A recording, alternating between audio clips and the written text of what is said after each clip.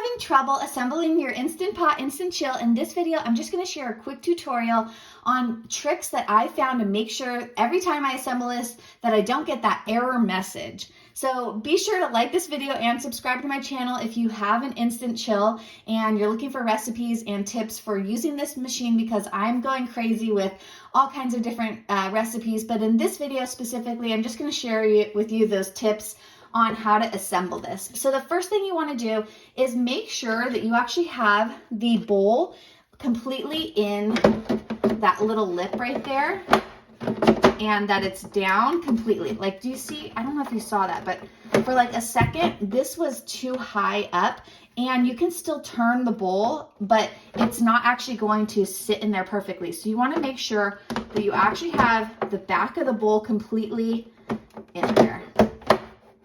There. Okay, so make sure that the bowl is completely in the back right there. Now, the next difficult part that you might get the error message is when putting on the motor. Okay, see, this is definitely a learning curve. Okay, make sure that this part right here is completely in the little hook right there. Can you see it? Okay, put that part in first, then click this in, okay? Like that. That's how you know you've got it firmly in there. Now the next thing is you want to make sure that you put this in tightly and you pop it in all the way until you hear the clicking sound. Now, if I did everything correctly, let's see, it should start churning right when I push start. If it doesn't start churning right when you push start, you've done something wrong and you need to reassemble it. Okay, moment of truth.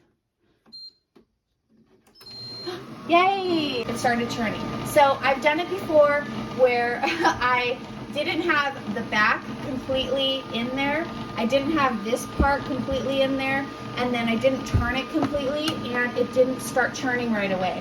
So those are the tips for assembling the Instant Chill that I've learned after using this machine a few times. So I hope this was helpful. Be sure to like this video and subscribe to my channel for more Instant Chill recipes and tutorials, and I'll see you in the next one. Bye.